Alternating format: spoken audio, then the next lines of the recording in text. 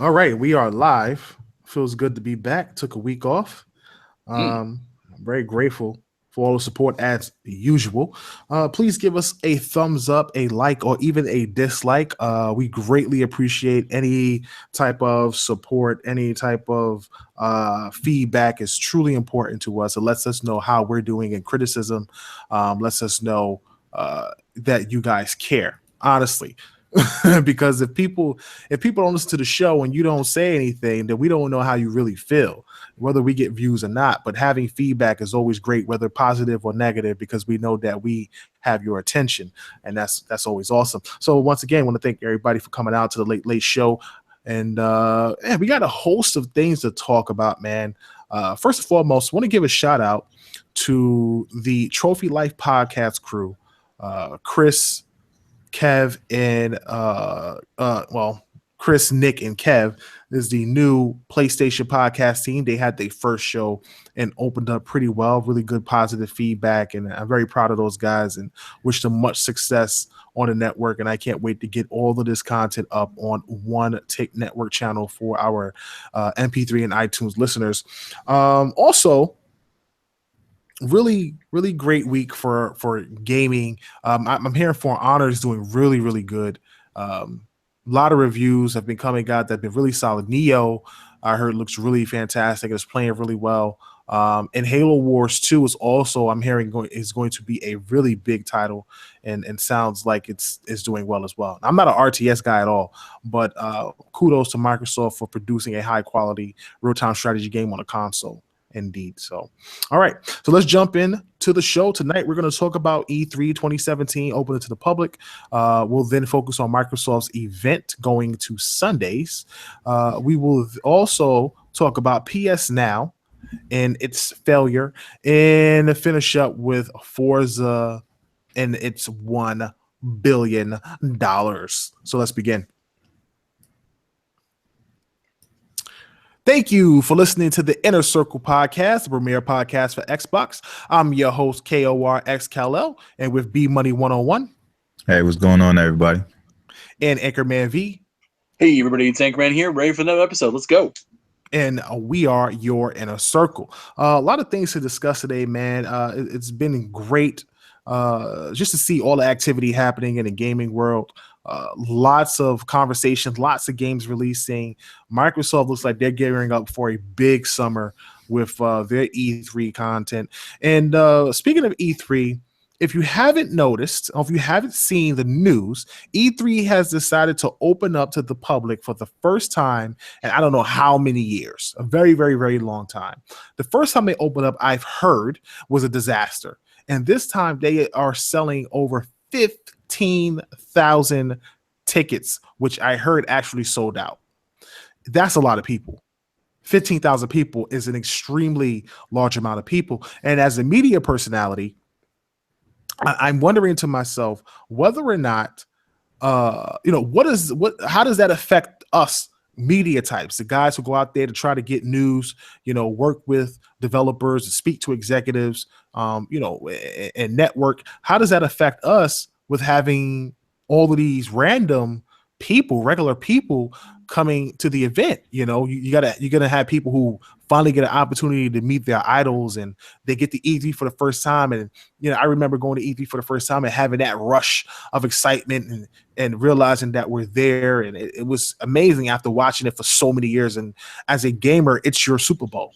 It really is your Super Bowl as a gamer. So it's just incredible that they've opened this up, but I'm afraid that they may have opened it up also to a lot of negative things. And I hark back to when we were at E3 2016 and our camera guy got into a fight with another person who didn't belong there.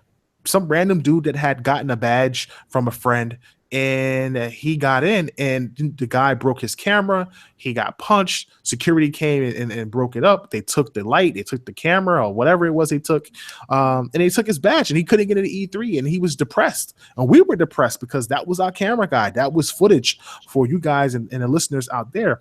And unfortunately, he wasn't able to get in, and that's my concern. It's different when you're media. When you're media or you're a journalist or you're a podcaster, you represent a brand. You represent, some sort of trademark or some sort of publishing that you have to consider and think about your actions and how you represent yourself when you go to these events. With random people, they don't care. Like, they don't care. You know what I'm saying? If they want to go ham, they can go ham. Whether they get kicked out or not is up to them. And they can come back next year because they purchased a ticket. Unless the E3 ESA bans them. So it's just a weird situation. I'm not a fan of it. It's going to be super overcrowded. And I'm very concerned about this year's E3. What do you guys think? Yeah, I mean, don't get me wrong. I still believe that E3 is a pilgrimage. I think every gamer should go to E3 at least one time just to have that experience, because it is a gaming life-changing idea. It puts a lot of stuff in perspective, especially if you're invested online in the online gaming community. Right. It really does put a lot of stuff in perspective. But it was crowded with only 1,000 people over there, and they want to do 15,000. Oh my gosh. Yeah. I mean, adding the public. I mean, it's great for all the people who otherwise wouldn't have a chance to go. You know what I mean? You kind of get the chance to live out your dream of being in a place of, like you said, the Super Bowl for gamers. You know what I mean? This is where everybody wants to be, where the biggest announcements happen in gaming. So it's nice that they finally open it up back to the public again. But, when you look at it, from the media's perspective, you got to look at it, with all the other YouTubers who may not have as big a following or, just haven't had the opportunity to get to E3. That now becomes a conflict because they also want the attention of your favorite game developer. So, while you're trying to conduct an interview on the show floor, they're right behind you trying to do the same thing. So it creates another level of competition, I think, in regards to that. But like I said, I think it's great. I think this is something that they'll continue to do in the future if they don't have any major issues this year. Because we all know that publishers have been pulling out of E3 these past couple of years.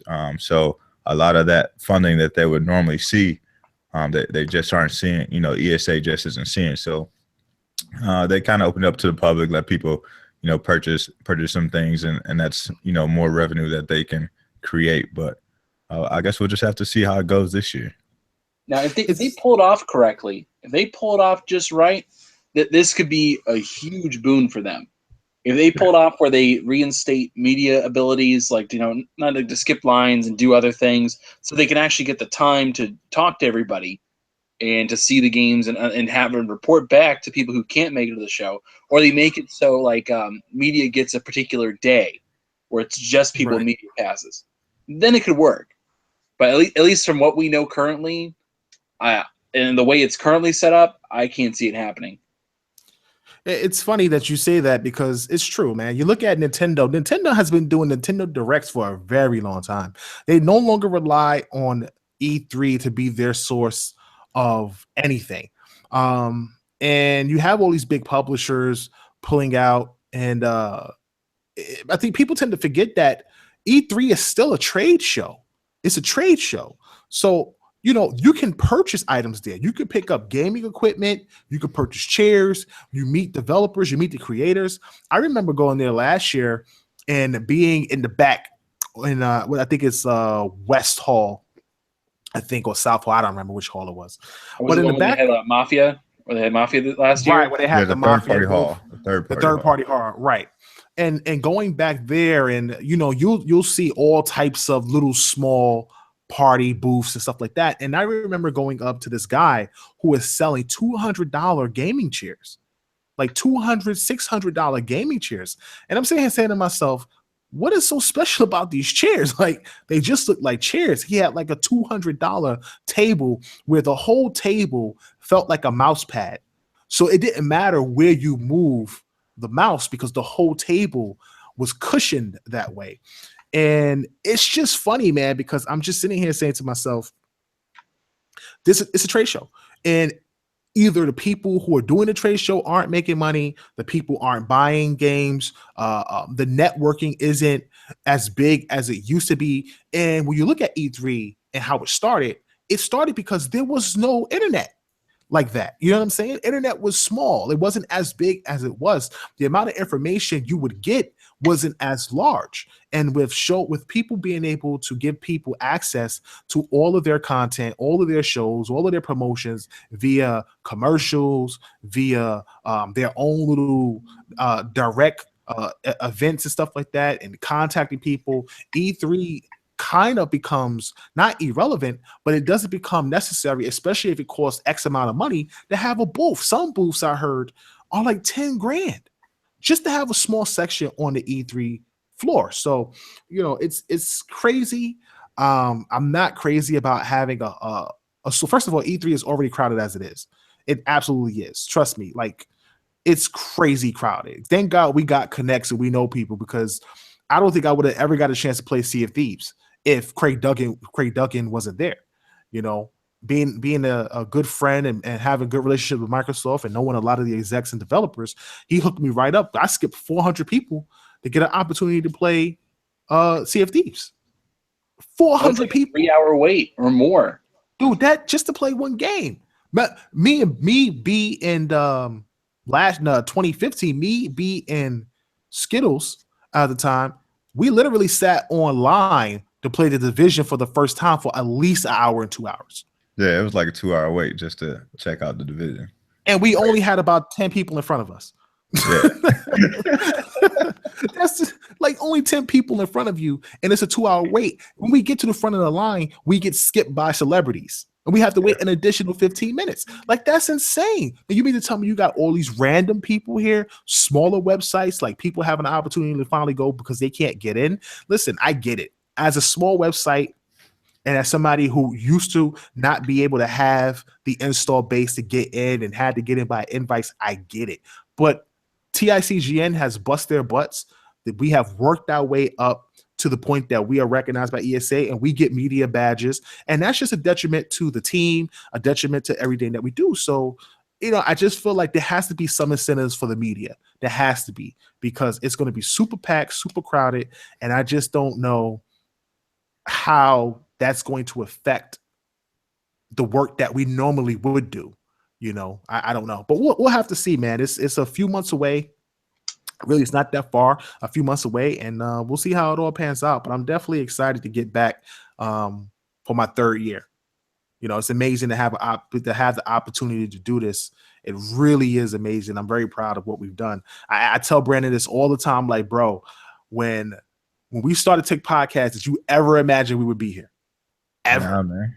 And he tells me all the time, exactly. Nah, like, nobody ever thought we would be where we are today. So it's just an amazing feeling.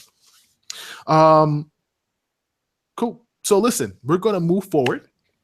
Microsoft has come out and spoken about moving the Xbox event to Sunday. Now, this is a big deal. Like, I don't know why people don't recognize this is a big deal. This is a big, big, big, big, big deal. And I really feel like Microsoft's going to have a 2-hour event. This is how I feel. I don't know if they'll show Scorpio early. If they do, it would be great. But having Sunday to yourself and giving people a day to digest what you've put out is huge. It's big. And it's bigger than what Bethesda's doing. And it's bigger than what anybody else is doing. You had to mention that. Well, listen, okay, Bethesda fanboy, it's not about you. Don't make it about you, right? It's about Microsoft, okay? Like, all right, we get it. Fallout, we know Fallout. All right. Listen, anyway, okay, Microsoft has decided to move their event to Sunday, and I think this is a big deal. Listen, they have taken so much slack over the last month, over the last couple of months. They released the Xbox One Slim, which at that point they were at the highest of highs. You've had to cut studios, you've had to cancel games, Scalebound seemingly like to people like they cut Uncharted.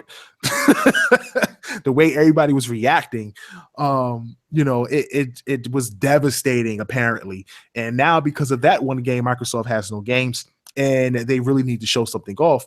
Moving this to Sunday, I think, was a strategic move, and I think they did it because they want to have as much time as possible to show you Scorpio and to show you what they're doing. And then they're going to give you, I think, an hour and a half of games. That's exactly what I truly believe. I don't think they spend an hour on Scorpio. I think they spend a half hour on Scorpio. They spend another half hour on showing you what Scorpio can do and an hour on strictly all the games that they got coming out. And not having to be followed up by PlayStation, not having to be followed up by another major third-party studio, like an EA or something like that, gives people the day to digest what Microsoft put out and just reflect on what Microsoft did. And to me, that's very smart, because a lot of times what we do is we always compare Microsoft to Sony. Be like, okay, we see what Microsoft put out, we see what cars they put out. That was great. Now let's see what Sony can do. And when Sony puts out whatever they put out, everybody makes their judgments. Oh, Sony won. No, Microsoft won. Whatever. But I think in this instance, it gives people the opportunity to really look at it from the perspective of what Microsoft has put out, a day to digest what they put out, and really look at what they're trying to do for the future. Yeah, I mean, I totally agree, and I think a lot of people are like, oh, well, they wanted to get away from Sony, but I think this actually has less to do with Sony and more to do with Bethesda. We know last year when they announced Scorpio, Todd Howard was one of the first people in that Scorpio video. Yeah, the biggest third party guy out there too. The biggest third party out there, and there were some talks about VR, and we know at the Bethesda show they announced some games that would run in VR. And I think if they can show off Scorpio earlier in the day, that kind of leads to some transitions to Bethesda to actually show off some titles in VR. So I think that has a little bit more to do with it rather than just trying to get away from Sony. But we also have to remember that Nintendo will be back at E3 this year too, and they won't just have the one single game. Their product will be out fairly soon. And they'll be talked about more this year than they have been the past couple of years. So I think it's smart for Microsoft to kind of get out in front of it, make some noise, and then plant their flag in the ground first, and see what everybody else can do. Yeah. I honestly though, putting Bethesda to go second, I don't think would have as much of an impact as if they came out. If Bethesda did their thing first and then Scorpio. Now that would require Bethesda to move their thing up earlier, because they normally do it late at night, or later in the afternoon, I guess. Because for us it was like 7:00, or at least Pacific time, but so Eastern time it's like 4:00 in the afternoon or something like that. But I don't. If I were Microsoft trying to coordinate with Bethesda, I would let Bethesda go first. So they show off a brand new game, yada yada yada. Everyone starts talking about hyping it up. And then they show it. Or they show it initially on current hardware, and when Bethesda, whatever, Microsoft shows up with their Scorpio, and they say, "Look at this running on Scorpio," and people just it blows their minds, or they can announce some sort of I don't know, not exclusivity deal, but the marketing deal or something like that. Oh, what, for Fallout? Well, I was talking about more for Starfield or any new games, or Wolfenstein New Colossus. Yes, Microsoft I don't needs think some titles. I don't think they do exclusive, but I think They're not exclusive. I think it's more of a slip of the tongue. I think they do. Yeah. They do more VR. I think that's their opportunity to show full games running VR, because we know that Doom, or at least the engine of Doom, was running in VR, and we know other games have been running in VR on PC. So, and we know last year they talked about VR being on the Scorpio. So I think that's their opportunity to say, they talk about Scorpio, and then Bethesda says, well, this game can be played on Scorpio in VR. And that's why I think they kind of go first, and then let Bethesda be that first third party to kind of be like, yep, we have something ready to go for that. So right now that would be an interesting deal, though. Well, at least talking about VR. The way the current situation is, VR, it's kind of unknown territory. By the time E3 rolls around, it'll been out for about a year. VR in general. Mm-hmm. And we're not hearing particularly great numbers about VR sales. And like, I understand, like, it's not supposed to be stellar right now. This is still kind of experimental. It's not meant for mass market just yet. Right. And I will say that, but I'm not sure Microsoft should spend way too much time talking about VR. Like maybe 10 minutes. Like say, hey, we can support. Like, don't come out with your own system. Don't do anything like that. Just say, hey, we support Vive. Hey, we support Oculus Rift. Nah. We support everybody else.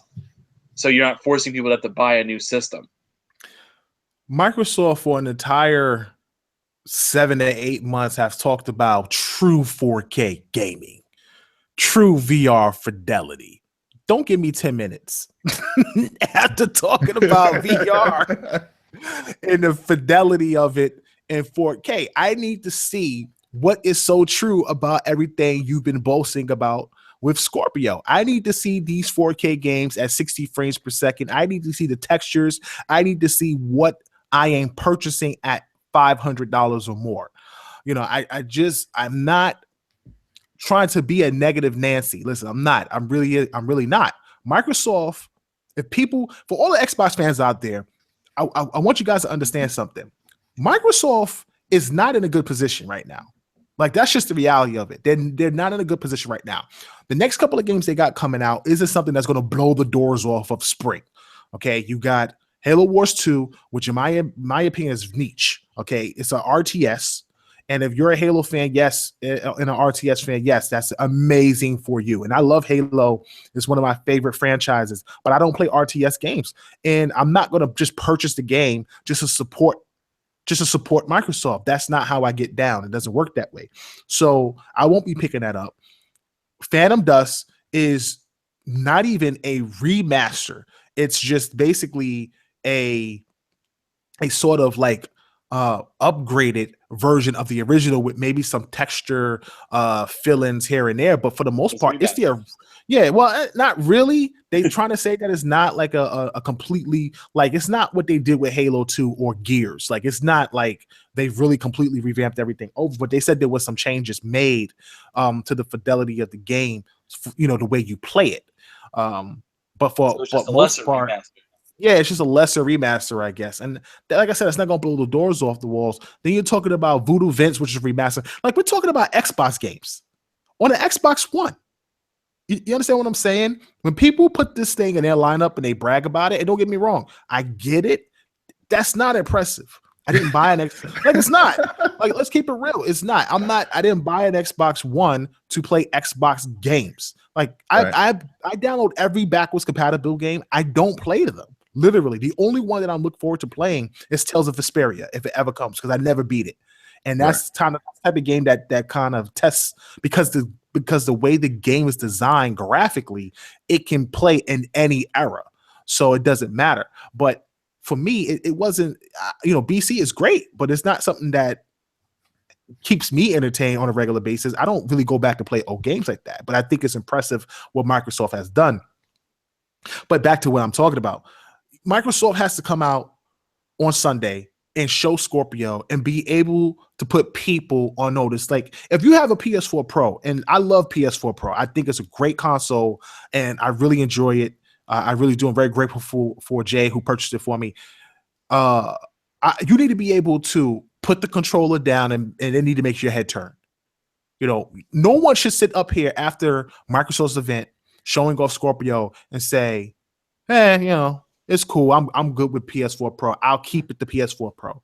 People would want to get Scorpio, and Microsoft needs to be able to deliver that. So I think they spend a good half hour on a console. You got to talk about specs. You have to. That's at least 15 minutes of the show by itself. You spend another 15 minutes on the console itself and the feature set of what it can do. You spend the next 15 minutes or 30 minutes on VR titles. You talk about VR, you show what you're going to do with VR and how is it different from normal VR, and all the VR devices that work with it and the choices that you have and the prices that they come in. And yet all of these VR devices can play similarly to all those games, except for maybe like the Fallout series, because that's an exclusive with Vive. In the end, They need to be able to present something that people want to purchase. It has to be purchasable. The price needs to be right. In my opinion, 500 is right. It's the right price for what you want to get. It's not going to sell astronomically. That's not what you're looking for. It's an option. And I want people, I can't stress this enough. I want people to keep this in mind. Yes, they want the console to sell because it's new, but it's an option. You have 3 options on the market: OG Xbox, Xbox One Slim, and Scorpio, all part of the same family. All those numbers count the same. They're not going to give you Scorpio numbers separate. It's all going to be Xbox. They're going to tell you how many Xboxes sold. They're not going to give it to you separate, the same way Sony hasn't given a lot of information on PS4 Pro sales and PS4 sales. It's all one sale. So because of that, it's really important that Microsoft makes that console appeal as much as possible. And the next hour after that needs to completely be about games. Whatever you're doing in 2017 and 2018 needs to be about games. It needs to be whatever Phil Spencer has worked on, whatever he signed off on as the head of Xbox. You know, if he's a true gamer, like we all believe, and he's a genuinely good guy, and he's been listening to the fans and what we want, we should see things that we want. We should definitely see things that we should want, that we normally should be getting. And I would definitely be happy if there was a new Fable, a real Fable, you know, not no MMO, but like a real Fable RPG, Western RPG, or something of that, like, or another Japanese title, or any surprises in general at E3 that will blow the doors off. It's really important Microsoft does this, because if not, they're going to have another uphill battle the rest of the year. And a lot of times games make the hardware. So it's really important that whatever they show game wise on the hardware is appealing and the price is right to get people to really have a renewed interest in Xbox. So with saying that, how many more games you think they release after E3? Because they typically only release like 4, maybe 5 games. He's already said that they got more first-party titles than last year. So if you want to talk about first-party titles last year that they released, and they do count third-party production deals, production games made as third-party, we're talking about, you had Ori and the Blind Forest Definitive Edition come out. You had Forza come out. You had Gears come out. You had Recore come out. What am I missing? Well, not Dead Rising's not first party, you know. No, Dead Rising didn't count. I'm missing something. Oh, you had that Cobalt game come out.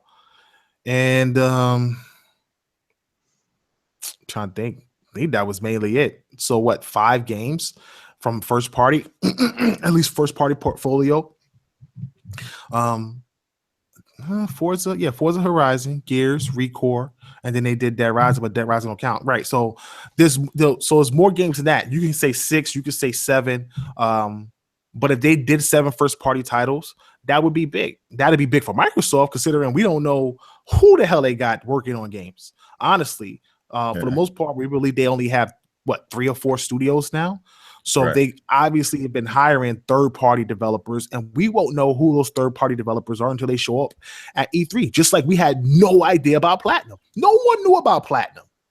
No one knew until Platinum came up on stage and found out that Platinum had an exclusive title for Xbox. So I don't want to hear people say Microsoft's not going to have anything to show at E3 until E3 passes, because you just don't know who they're working with, what deals they've got, you know, what they're funding. You don't know. People just talking out of their, you know, booty holes at this point. Yeah, unfortunately, like that's the thing. Like that's what's kind of frustrating about Microsoft is they save everything for E3, and like it's almost every year there's always like at least 2 surprise games coming out like immediately, and it's like, okay, cool, I guess. But it's frustrating. Like right about now, at least in the console wars cycle, this is the part where it gets quiet for Xbox, because it's like, all right, the holiday's over. What do we got? And we're all waiting for like, oh, give us news, give us news, give us news. And Sony's figured it out. You have PlayStation Experience. You put it at the end of the year. You say, hey, here's what you're coming out in spring with. You know, when we spoke with Adam Boyes, God, I'm so disappointed that show didn't record. It was such an amazing show. You know, he stressed how Sony really focused on their fans a lot, you know, and going after titles. At least his job as, you know, head of third party was going after games that were third party, trying to get them exclusive or work out deals to make sure that their fans were able to play the games that they felt that was big. This is one of the reasons why they went after Shenmue. And I heard that Microsoft actually turned Shenmue down, which to me is absolutely disappointing if that's true. I don't know if it's true. That's a rumor that I've heard, that Microsoft turned Shenmue down because they felt that it wouldn't sell on Xbox. And that absolutely would be that would be devastating to me if that actually turned out to be true. But there was some red tape, and Adam Boyes was able to get Shenmue out from that red tape, and not get it out, but they were able to help get it out, and that way they were able to get the help funding, doing the Kickstarter and all that stuff like that to see what the demand was for it, and eventually get first dibs on the title. And we talk to Phil often. Phil is definitely a gamer, and we always feel like it's for the fans. But then, like you see fans all the time asking these Xbox guys and the Xbox executives, "What about this game? What about that game? Are we going to get this game? What about this game?" And it's like, "No, we're not concentrating on that, or we're not doing this, or we're not doing that." Like, are you really listening to your fans? That's my question. Fans want a baseball game. I'm not a baseball fan, but I see people ask for it all the time. It's one of the few things that Sony has that if you want a baseball game, you can only get a baseball game on PlayStation. Like, that's a huge incentive if you're an American or you're in Japan, because Japan is huge with baseball as well. So that's a huge incentive. Just that one game alone, MLB The Show, which is a very successful title, though I still think it's not as big as what it could be, but it's still a successful title. And there's a lot of fans out there who want a baseball game, and Microsoft hasn't been able to deliver that. There's a lot of fans who want to see Mech Assault return, and they haven't been able to deliver that. People want Crimson Skies. People want some of these OG Xbox games, the true hardcore Xbox fans that grew up on Xbox and were diehard Xbox fans. They want to see some of these games come back in a new AAA fashion and a new generation type title. And I don't know if Microsoft is delivering that. Maybe we'll see something at E3 with a new Mech Assault. I heard that's not out of the question with Phil. They do own the Mech Warrior series, and anything can happen. But you really have to think, are they really trying to cater to the fans and what the fans want? And that's just something that we have to continue to ask, to continue to push and stress, because it's unfortunate. It really is unfortunate what happened to some of the titles that we really look forward to, like the Fables and the Scalebounds. Now, let me play devil's advocate here. Do the fans really know what they want? Let's be honest here. How much of this is nostalgia? I mean, you gotta listen. Anything. You gotta be able to offer, everything you can, I think, to your fan base. You may only have a handful of people who are asking for it, and it might only, the game might only sell maybe 1 million copies, but those 1 million people would probably go out and buy your console just for that title. And that is one thing that the head of Sony talked about before, and they kind of mentioned that only like 4 out of the 10 games that they release make money for them, but they continue to release titles because that's what their fans ask for. You know what I mean? So they'll make money on the bigger titles and continue to enjoy the profit off of those. But those other titles will bring more gamers to their console. And if you look at what Microsoft is doing, like, they're making a lot of money on Gears and Halo and, the Forza franchise. So they could throw their fans a bone and throw out a couple of those games that maybe won't be, sell lights out or anything like that. But, you appease the fan base. And that's why things like hearing that Playground is making a new game, not a racer, that's huge. Now, they don't own Playground, but because they have a good relationship with them, it's not to say that game might not be an exclusive on Xbox, or something shown for 2018 or 2019. We don't know. It could be a multi-plat. It could be something different. We don't know until we see it. But knowing that Playground is working on something else after the success of Forza Horizon, and how that literally, honestly, has actually, in my opinion, sort of surpassed Forza in a way, because it appeals to so many people. There's a strong possibility that Playground may deliver something, another exclusive to the Xbox platform. And if I'm Phil, and one of the biggest regrets he told us was that he regrets not buying BioWare at the time. That was during the Don Matrick era. Why he didn't buy BioWare, I have no idea. But he regretted that. You can't, if there's an opportunity to purchase a studio, you got to do it, or you have to make your best offer. You got to make your best offer. Playground Games is a studio that's been very successful with Xbox, and they should be a part of the first party lineup. But I like the fact that they're doing something else. I can't stress enough that 343 has the talent to do something else. And so does the guys over at the Coalition. They have the talent to do something else. Having 4 big franchises coming from 2 studios would be crazy. And I think Microsoft should be allow them to do that. But, the difference between PlayStation and Xbox is that while Microsoft harps on the blockbusters of what they put out and getting those sales and appeasing those fans, what Sony does is put out a bunch of niche titles that appeals to a smaller groups of people. But those smaller groups of people over time become a large install base because you can only get those games on that console because it's niche and stuff. So this is one of the reasons why I keep stressing to the Xbox guys and executives, like, listen, just because a game doesn't sell or because it flops or because it's bad or because it didn't meet expectations doesn't mean that it should be, left alone. It should be let go, because that's a small niche base that really enjoyed that game. They really enjoyed that franchise. A game like ReCore was enjoyable. And if you can fix what you messed up the first time around, it can be an even better experience the second time around, which could appeal to more people because you can't get that game somewhere else.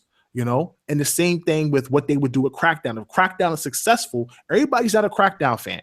But if it's successful, then that's another game that may be a niche title that will be that will draw people in to want to play those games. And they need to be able to develop games like that. They need to be able to figure out what they're going to do worldwide. Don't just make it about the West. Don't make it about the US. I know that's where all your money's at, but you got to figure out a way to make it worldwide. And I can't stress enough. I would fire. Now, let me not say that. I don't want to get too hyped. Let me not say that. But I would reevaluate the Japanese Microsoft Japan and what we have going on there, what we're doing wrong, how we can change it to appease that culture. Whether it's the design, whether we need to apologize, whatever it is we need to do to appease that culture to make sure we get all the titles that we're supposed to get. That's what I would be doing, because I can't stress enough.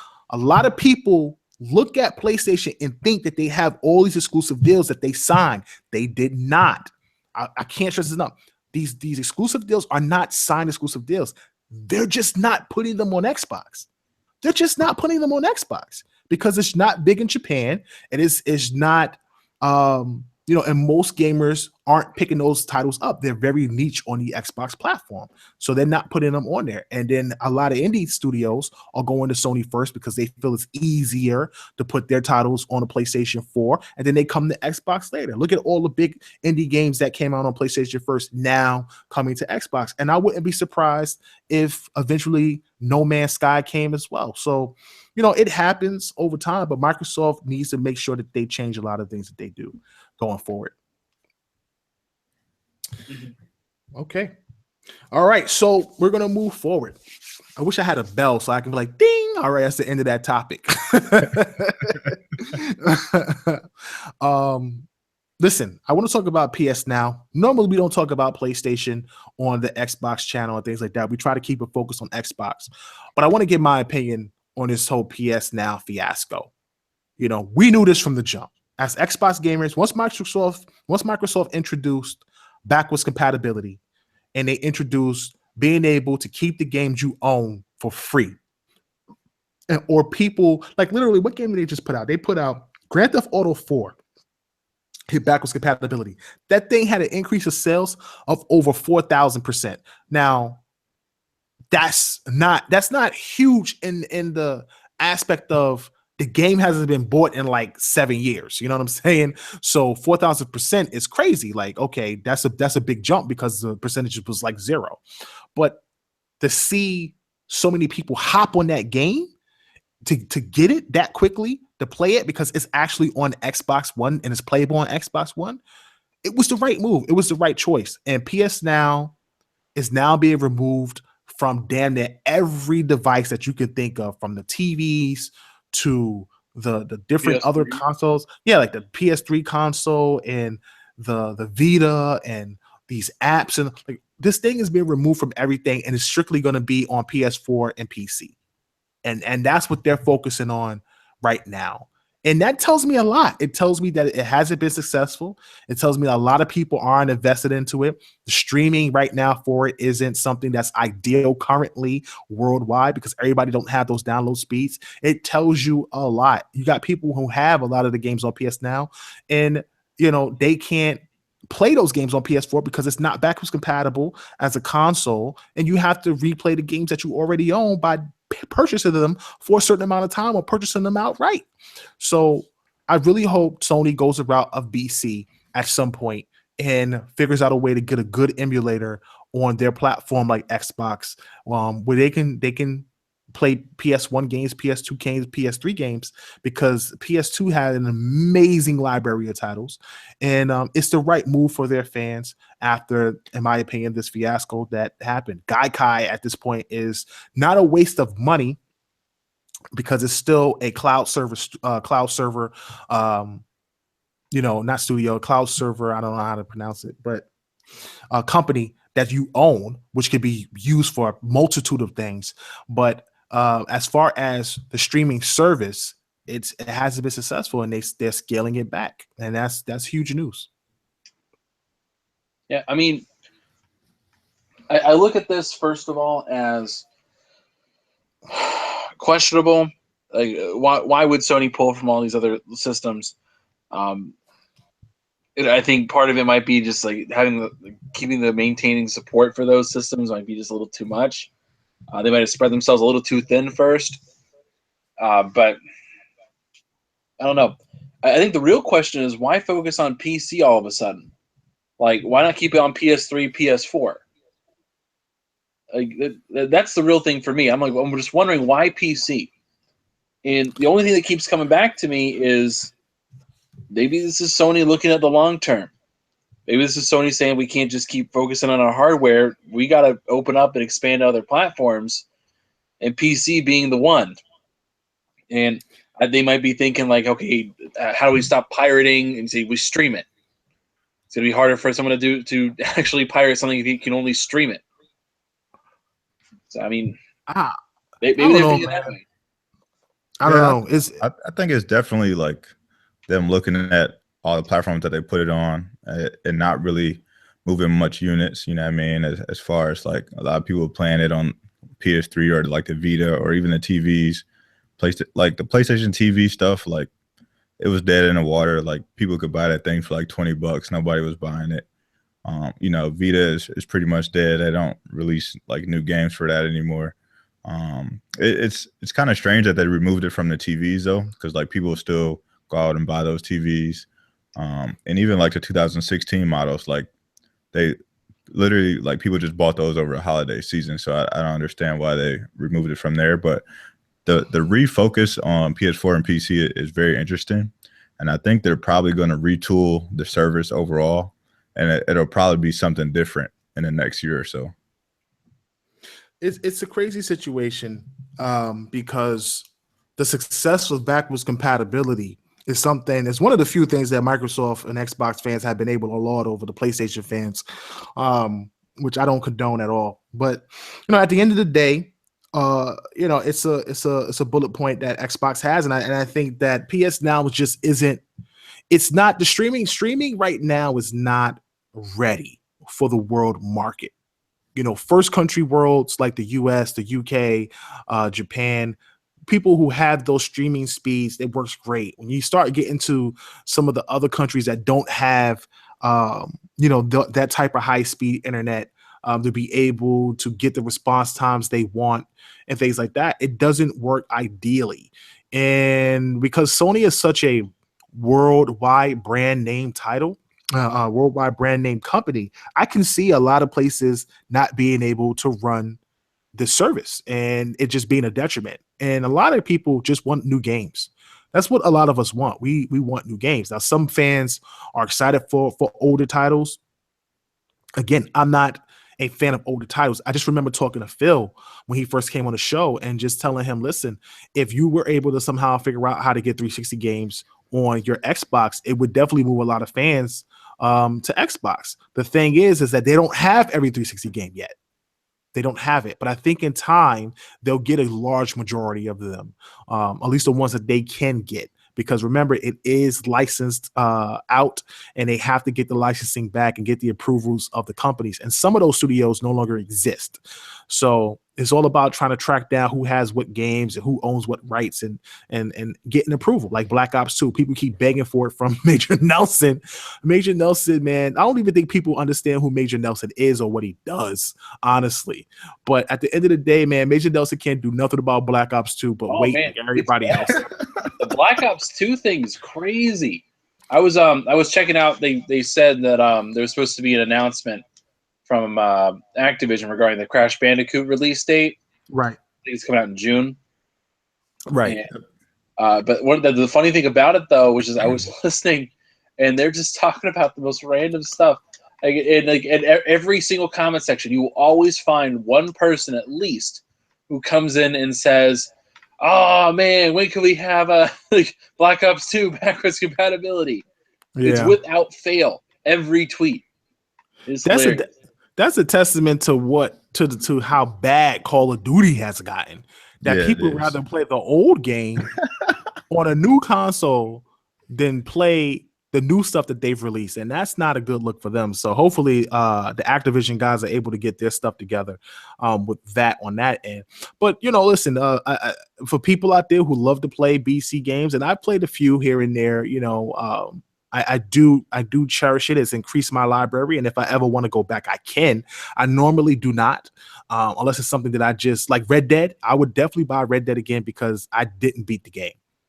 I said this before, like I got to the end and I was so mad at the ending with John Marston that I just didn't beat the game. So I traded it in. But if I was able to get the physical disc or ever get it digitally, I would definitely replay the game to get the ending the way it was supposed to be. So listen, it's just funny. I'm not sure what the PlayStation guys are thinking. It could be a course cutting thing and stuff like that. But I just want people to understand, man, studios are businesses. These are businesses.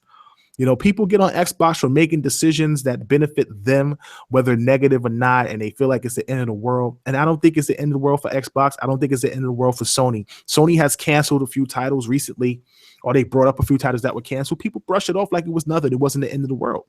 So, it happens, man. It is what it is. Sometimes some things are successful, sometimes things are failures, and you have to know when to cut bait. Now, it's not to say that PSNow won't be a success in the future. It's not to say that it's not something that they can't build upon and improve upon, but currently right now it probably is not, and having it on all those devices and trying to maintain it on all those devices is probably cost effective. Honestly, it's probably cost effective. So, it's unfortunate what happened to the PSNow and the guys out there who like PSNow and had an opportunity, if you didn't have a PlayStation, to play some of the old games on your TV or in an app or something like that. So very unfortunate, but it is what it is. That's just how it is, man. I look at Xbox and Scorpio, and if in 10 years you're on your next Xbox, the amount of games you will have in your library will be astronomical if Microsoft continues to allow some form of emulation or backwards compatibility. I don't know how long that will go on, where the software is so non-compatible to the point that I don't think you'll be able to play maybe Xbox 360 games, 20 years from now on your fifth or sixth Xbox or whatever. But at least what they're trying to do is smart and allows easy transition for gamers who want to upgrade. And I think that's pretty smart of them indeed. Mm-hmm. All right. Listen, I want to thank everybody, man, for coming out to the show. Right now, we got 48 people watching at 11:59 p.m. on the East Coast. No, listen, they're listening to the premiere podcast for Xbox, bro. Where else are they going to go? No disrespect to anybody else. You know what I'm saying? I love you guys without question, but we're the premier podcast for Xbox. So I really appreciate everybody stopping in. Make sure you give us a thumbs up and the share. We greatly appreciate it. You know, there's not many Xbox shows out there that you get where we actually talk about games and not talking or dissing other people. That's why we get some of the PlayStation fans in here in the chat constantly dissing Xbox, but it's tolerated. The Xbox fans know how to handle it. It is what it is. As long as they don't get out of control, we let it slide here and there. There's nothing wrong with a little troll every once in a while. Moving on. Bing. I need a bell. I need a bell, bro. Forza, the series as a franchise has broken $1 billion as a franchise. Started out on the Xbox 360. Oh, was it the Xbox One? Actually, I'm sorry. Xbox One, man. Yeah, it started out on the Xbox One, the original Xbox One at the end of its life cycle, and moved on through 360 onto Xbox One, and as a franchise has now broken $1 billion. Now, I wouldn't say that's something that's mind-blowing, like, oh my God, they broke $1 billion. It's a great feat. Don't get me wrong, it's a great feat. But just for perspective, Gears of War broke $1 billion on 3 games. On Gears 1, Gears 2, and Gears 3. And you want to throw Judgment in there, sure, whatever. But on those 4 titles, that franchise broke $1 billion. $1 billion. So, you know, the Forza franchise is an amazing franchise, highly rated. You know, some people consider it the Racing King. Some people still consider Gran Turismo the Racing King. I think they're both up there, and they're both high quality titles. But Forza has been, you know, leading the pack for a while, I think, because it comes out more consistently than Polyphony's title. But at the end of the day, it broke $1 billion, and that's a big congratulations to Turn 10, Dan Greenwald, and the Playground team for putting out very successful racers and high quality racers at that. Forza Horizon 3 is absolutely amazing. Absolutely amazing. What do you guys think if Microsoft concentrate on any other franchise? What do you think could break $1 billion? Could break $1 billion? Yeah. You think Crackdown? You think if they get Crackdown right, it could break $1 billion? No. I wish. I like Crackdown, but not that much. What about let me think. Has the Fable series broke $1 billion? I doubt it. I doubt it. No way. Fable 2, in my opinion, was the best Fable. I love Fable 2. I think if Fable they refocus on Fable, man, Fable could probably break $1 billion, man. If they did, I think it could too. They really need to make a lot of changes, though. Yeah, they do. Like, if I was them, I would hire Project CD Red to work on the next Fable. Like, dead ass serious. It doesn't have to be like Witcher, but I would absolutely hire that team, or a small portion of that team, if I don't have the studio to do it. If I can't bring in the people to do it, that's the studio I would hire to work on Fable. To me, they have what lore is all about down packed. They honestly, they should really reboot the Fable franchise. New art direction. Yep. They should reboot that whole franchise. Like, it should have a new art direction. It should be more serious in tone. Like, they should really make it a bona fide. Look, and Fable's great, but sometimes the jokes and the fart jokes and the kicking of the chickens just don't appeal to everybody. And I really think they should reboot that franchise just like they reboot and Prey, though I'm not a fan of Prey. Hating on Prey, man. Quit hating on Prey, man. That's your problem. There's nothing original about this game, bro, other than the fact that it's not desperate at all. Yo, I am not impressed because Mass Effect's going to be trash compared to Prey. Hold on. First of all, your blasphemy knows no bounds, okay? Don't disrespect BioWare on this channel, okay? I don't talk about your little funky Fallout and its little mods to make it better, okay? Don't disrespect Mass Effect. Second of all, this Prey just looks like a combination of Dead Space and what else? It looks like Dead Space Space meets BioWare, and not BioWare meets BioShock.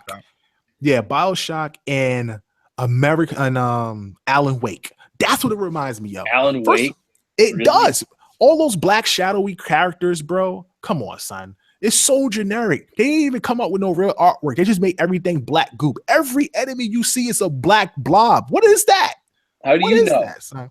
Bro, that's what it is. It's a black blob, bro. And then, you know, No. I'll talk about this for a second. I was watching this thing earlier. By the way, do not watch IGN's like quick preview impressions of it. There are spoilers in that. Do not do it. I watched it. I am deeply intrigued, but I feel like it's better off if you don't watch it. Like, Yeah, I watched it too, man. I feel bad. I shouldn't have watched that. Yeah. Because that's like, damn. The original Prey was more original than this new Prey. Don't get me wrong; it's probably going to be a great game. Sit down. The original Prey was dope. Listen to this. So they're talking about the mimics, which are the four-legged tendril things. They're able. What they do. Like, this is one of the things I thought was just great. It requires actual thought from gamers. It's what it can do is it can attack you head on, or it will hit you and then run faster than you, like behind a corner, and then turn into an item in the environment. Like stapler or something. You actually have to pay attention to what's in the environment, or they can attack you. Like if there's a pair of shoes on the ground, they can become another shoe, and you have to notice that. Or you see a trash can's rolling away, and another trash can just happens to be in its place. You have to figure out which one it is. And then they had this one little thing where he opens up, the elevator door opens up, and like out of nowhere, like there's like a chair, and then there's like a little table, and like a flower pot, and like a little like alarm clock on it, and it just looks like a nice little quiet scene. Then all of a sudden, the flower pot, the the table, and the alarm clock turn into the mimics, and they just pop out of nowhere, and they start just swarming you. So now it copies Beauty and the Beast too. Come on, son. This is out of control, bro. I can't do this, man. There's no possible way I could play this game, bro. This is out of control, son. No, Prey's gonna be nice, man.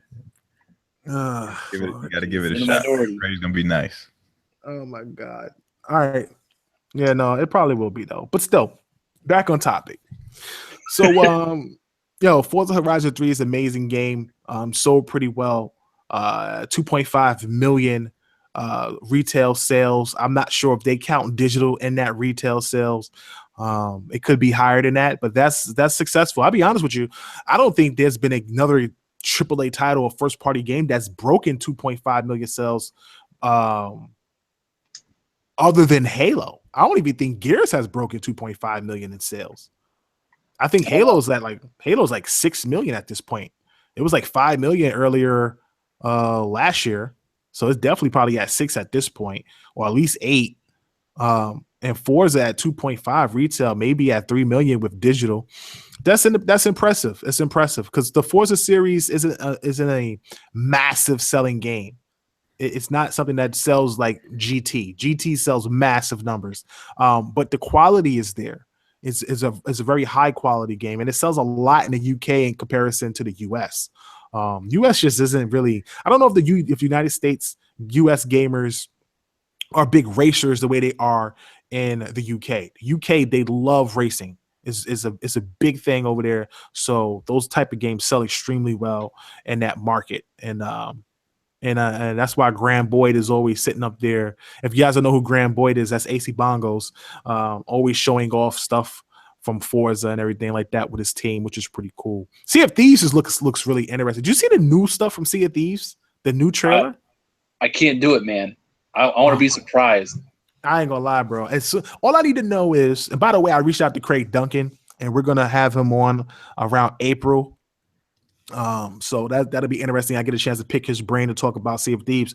All I want from Sea of Thieves is to have customization. Everything I've seen from those ships so far are bland as hell. If I can't paint my sails and paint my ship and design it the way I want to, if every ship is the same, it's a fail.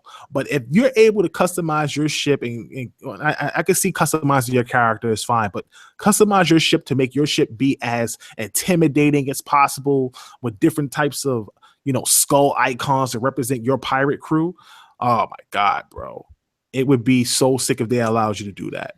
But I really hope they do. I hope it's not just everybody has a brown ship, some sails, and you just go out to the sea and do things. There's a lot that we still don't know about this game. People want to compare it to No Man's Sky, but I don't think it's anything like No Man's Sky in a way where it's unknown and it may fail because it's a lot that's not known. I think it's going to be a very successful title, and I think they have an opportunity to be original if as long as the customization and the variety of missions is really well thought out and played out, I think this game would be big. Yeah, I'm still kind of on the fence with Sea of Thieves. You know, I'm a big Rare fan, but for some reason this game just hasn't grabbed me yet. And I've watched like so many videos about it. And maybe it is because of the customization or the fact that it's a first-person game and like none of that stuff might not even matter. So I don't know. I guess I gotta just wait until I can actually play it for myself and get in there and see what it's like. But I'm still on the fence, man. Yeah. I don't know. I haven't got a chance to play the alpha. Does anybody need an alpha on the squad? No, I'm sitting No. here counting down the days. Waiting. Yeah. Yeah, now I'm excited, man. I can't wait to be a pirate. I already made my name. I'm gonna be called Lenny D. Luffy. That's my name. God. Hey, don't hate. Don't hate on the One Piece, bro. I'm looking for it. I'm going I'm getting on that ship. I'm going to the Grand Line, bro. I'm looking for the One Piece. I'm definitely excited about this game, and I really hope it pans out to be good. It looks fun. I just hope that it's not 100% focused on multiplayer. I really hope they have some sort of Destiny type campaign where you're able to group up take and do that these back. missions. It doesn't have to be a type campaign. what I mean is it doesn't have to be like Destiny. I'm just saying that it needs to have a campaign in an open world setting where you do these missions and they're varied and you can go different places to do them. I think that'd be pretty cool, hopefully. Speaking of Destiny 2, have you guys seen this Destiny 2 or heard about Destiny 2? We reported that it's dropping in 2017. Well, it has to, unless what was the terminology? It was something like Activision takes active control of Bungie if they don't. Yeah. Who's gonna take control of Bungie? Activision. Oh, the whole thing, the whole deal right now is that the rumor was Bungie was going to release it Activision wanted Bungie to release Destiny 2 last year, right. And Bungie said no, we need the time, and so they were like, all right, but you better release it this year, and if not, we're buying controlling stake in all of Bungie. You will be tied to us forever. Activision ain't ish. Like seriously, man. Like I don't, look, I try to respect the publishers and stuff like that, man. Like publishers is like, it's weird, man. Publishers are like, it's your boss. You want to like your boss, but your boss is a DI. You know what? You know what I'm saying? And right. it's very frustrating when you hear these type of things or these type of rumors because, I always feel like that the publishers know nothing about gaming. And they always ruin games. They always ruin games when they try to put their input in. It's like Hollywood. It's like Hollywood never follows the comics. They never follow the script. They try to come up with their own original stuff, and it flops. It fails so bad because the fans know what they want. Like, how hard is it to make a Dragon Ball Z movie? Your whole entire script is in like 800 episodes. Pick one. It's not hard, bro. It really isn't. Like, how hard is it to do? Like, I don't get it, but. Man, it's just crazy, man. It's crazy. I wonder how Bungie feels, like to realize that we're gonna leave Microsoft because we don't want an oppressive publisher telling us what to do anymore. And then it's like, let's do a sign with Activision. And now it's like, you don't release by the time we tell you to, we're gonna buy your company out. Yeah, I mean, it's just terrible. The only reason I think they ran to him is because Activision is one of the most profitable publishers. So they probably feel like, hey, they'll have our back. You know what I mean? They'll put up this money up front. They'll, promote our title. And, they had a crazy budget. So Microsoft is stupid. They are. Forcing, like trying to get them to keep making Halos. I love Halo. Don't get me wrong. I do. You can continue to do that. They should have let Bungie make Destiny. And it probably would have been a better game if they would have let them do it, because they, they wouldn't have had the pressure. It's just weird that you keep forcing studios to create, one particular franchise and vary the franchise. You know what I'm saying? Like you invest all this money into it, and I get it. It's your breadwinner. It's the same thing I said the other day. I said people want Turn 10 to stop making Forzas. Why? They just broke $1 billion. They have 1 billion reasons why they need to continue making Forzas because it makes money for them. It's successful. And it's hard to make a successful franchise. So I get why Microsoft wants to continue the Halo and the Gears franchises. But if you keep pumping these things out and you keep doing it, your fan base is going to turn on you. Even the hardcore guys will turn on you at some point because it's just going to be not enough. Now, I believe people want to talk about they haven't produced new IPs. You're lying to yourself. They have, and they produce some really good ones. You don't have to like them. It may not be your cup of tea, but to sit up here and say Microsoft has no games, you're playing yourself. Don't play me, play Lotto. So at the end of the day, they got a lot of titles coming out, and they got some games to show off at E3. I'm excited about it all. I can't wait to see it. And I really hope that the Scorpio thing is successful because I may turn into a 3-console gamer again with the Switch. This income tax money is coming, bruh. I don't care what my wife talking about, son. If I can get my hands on a Switch, bro, I might pick one up.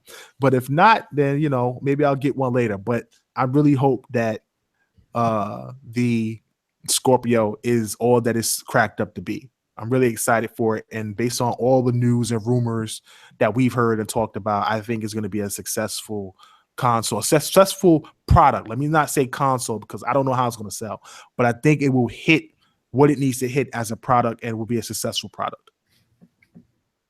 Yeah, I think it will too. Do you guys think it actually hits the $500 mark though? I don't. The further we keep going, I think the cheaper it's going to get. Like, it's not. There's no way. There's no way that game's under. Well, we know. Think of it this way: we know for a fact there's going to be a tiered thing. It's not just going to be one system. There's going to be like, tiered. Okay, you want the super deluxe, ultra. Here's the everything in it with the extra expanded hard drive, that kind of stuff. And then there's going to be the one that's a cheap one. And I keep thinking about it. And Microsoft's going to hit the price point, and they also got to hit the power. So you can't argue against them. And I could see them. You think they're going to do a tier Scorpio console? I think that's what they said. That's what Phil said.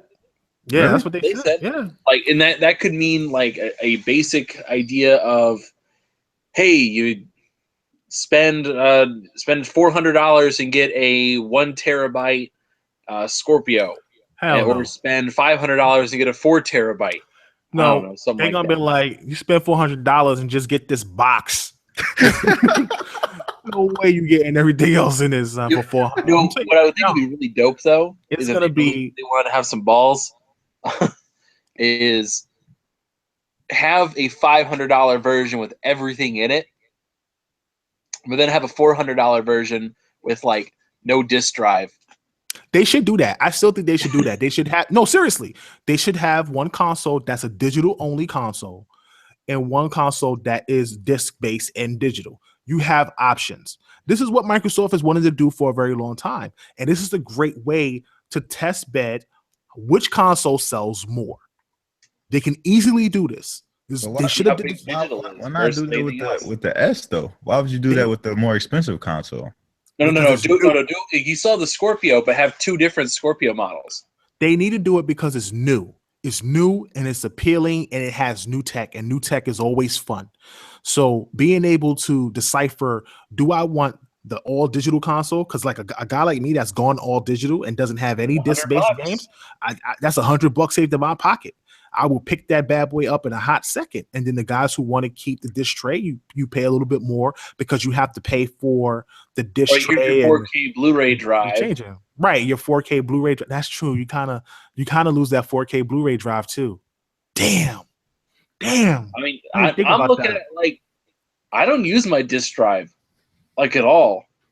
I on a rare occasion I actually might watch a movie not on Netflix or something else. I mean, hey, and Sony recognizes the power of streaming. I mean, streaming's got potential. Yeah, I do agree. Streaming does have potential. I do a lot of streaming of Netflix and Hulu, well, not Hulu, Crunchyroll, and a whole bunch of other apps, HBO Go and stuff like that. That's why I keep stressing to Mike Ybarra to bring back Movie Party. I really want that. That's the one feature of all the features that they made so far that I want. I just think it'd be so dope to set up a movie night with a bunch of homies and just watch Game of Thrones. And everybody's in the party just on, just anticipating what's happening next. And, it would be amazing. That's the one feature that Microsoft got right and they let go. I still to this day can't comprehend how such a social feature got let go. And they need to bring that feature back. Movie Party was an amazing feature. No one else had it. It was very unique. They need to figure out a way to bring that feature back. But yeah, man, I think that'd be really cool if you had a console for $400 that didn't have a Blu-ray drive and a disc tray. That would work. That's how you get your $400 Scorpio. That's exactly how you get your $400 Scorpio, and your $500 Scorpio comes with everything. And then that $400 one comes with 1 terabyte, and the 500 comes with 2. And if you do a 6, it comes with 4. I think you skip a whole terabyte for 600. You get 4 terabytes, and you get the console. And I think that works. And everything is backwards compatible, so all your controllers and stuff like that works with it. And I'm pretty sure Connect will work with it. Don't put no Connect in the box. Please leave it separate. I can't wait. I'm hyped. I can't wait to go to this event. I'm definitely excited for it. I'm super hyped now. All right. Well, that's it for the show this week, man. I want to thank everybody for stopping in tonight and hanging out with us, man. We had some really hot topics, a lot of feedback from everybody watching in the chat. Very grateful for everybody who stopped in tonight once again. And please check out Trophy Life, the Trophy Life podcast, our new PlayStation podcast headed up by Kev, Nick, and Chris from the UK. Great, unique, talented guys out there. Get a chance to talk about PlayStation in a positive way, similar to Tick. We're going to be trying to do big things with those guys, get interviews and great connections over on that side of stuff like that. Make sure you check out Anchorman and the Multiverse team on Mondays. And then, of course, Tick Podcast on Thursday nights at 11. And, of course, Super Pod Shots and Top Shelf. Whenever we get an opportunity to do them, they will appear. They will appear from week to week as time frees us up and we're able to do those shows again. So listen, man, I want to thank everybody for stopping out, man. 45 people. Very grateful for all the support. Make sure you get your gaming news from ticgn.com. The forums are opening. The forums are open now. You could make any type of topic you want. Go ahead over there. We're giving away rewards and stuff. We gave away an Xbox One, which I'm very proud of. Shout out to Fame Entertainment for that. And we are now giving away a Nintendo Switch. So you can sign up for the Nintendo Switch giveaway at ticgn.com. And if you sign up, you have a bigger chance and opportunity to get it. And we only give it away to true Tick fans. We don't just give it away to random people. So make sure you hop on the channel and on that website to sign up to get that console. And we'll be back next week. So that's it for the show this week, man. Again, grateful for the support. We will definitely keep it lively as usual. Have some interviews lined up that we're trying to get going. It's very tight right now for a lot of people as the year progresses. But we are definitely getting back on the right path of what we normally do here over at the Inner Circle, the premier podcast for Xbox. So I'm your host, KORXKLL, the last on the planet Xbox, with B Money 101 and Anchorman V, and we are off this planet. You guys have a great night. Peace.